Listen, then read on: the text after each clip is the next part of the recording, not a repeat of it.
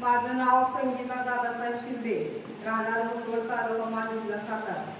माझा असा अनुभव आहे की मला शारीरिक त्रास भरपूर होता. मला असं म्हणून मला अजिबात म्हणजे असं माहीतच नव्हतं. उभी पुढे चालत नव्हतं. माझा पूर्ण डोक्याचा अंदाज असा पिकलेला असल्यासारखा होता.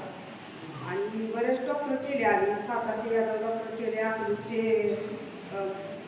ते मोठे डॉक्टर इनामदार डॉक्टर त्यांना केले. त्यांनी मला 1.5 महिन्याची जगण्याची मुदत दिली.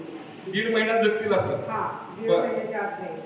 नंतर मग असं करत करत आम्हाला माहिती मिळाली इथं यावं. माईक जवळ घेणार.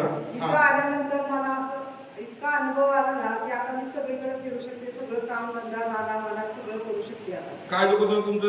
पूर्ण मी डोक्याचा अर्धा भाग पिकलेला अंदाज तो आता कमी झालेला आहे. आता अर्धा राहिलाय, तो पूर्ण व्हावा. टाळ्याच्या गजरामध्ये मी सातारा जिल्ह्यातून आलेले आहे. माझ्या डोक्याचा मी खूप दुखायचं. त्यासाठी मी अकलूज येथील प्रसिद्ध डॉक्टर इनामदार, अकलूजचं कोणतरी आहे तिथं, हा, प्रसिद्ध डॉक्टर इनामदार साहेब आणि साताऱ्याचे कुठले डॉक्टर यादव यांच्याकडे स्टेटमेंट केली. कुठेही फरक पडत नव्हता. इथला आशीर्वाद घेतल्यानंतर डोकं जे दुखायचं ते बंद झालंय. हा त्यांचा अनुभव आहे. टाळ्याच्या गजरामध्ये आशीर्वाद.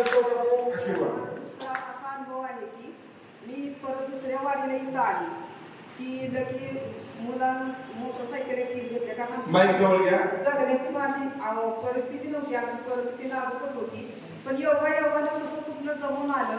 3 मोटरसायकल घेतल्या आणि 4थ्या वारीला 4 चाकी गाडी दारात आली. 6 लाखाच्या मसनी मिळाल्या.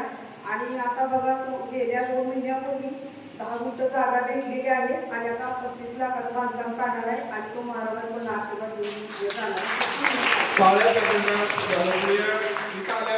आजारात होत असं नाही तर आर्थिक प्रगती सुद्धा खूप छान होते असं त्यांनी सांगितलेलं आहे. हा त्यांचा अनुभव आहे. टाळ्याच्या गजरात त्यांचं स्वागत केलेलं आहे. धन्यवाद.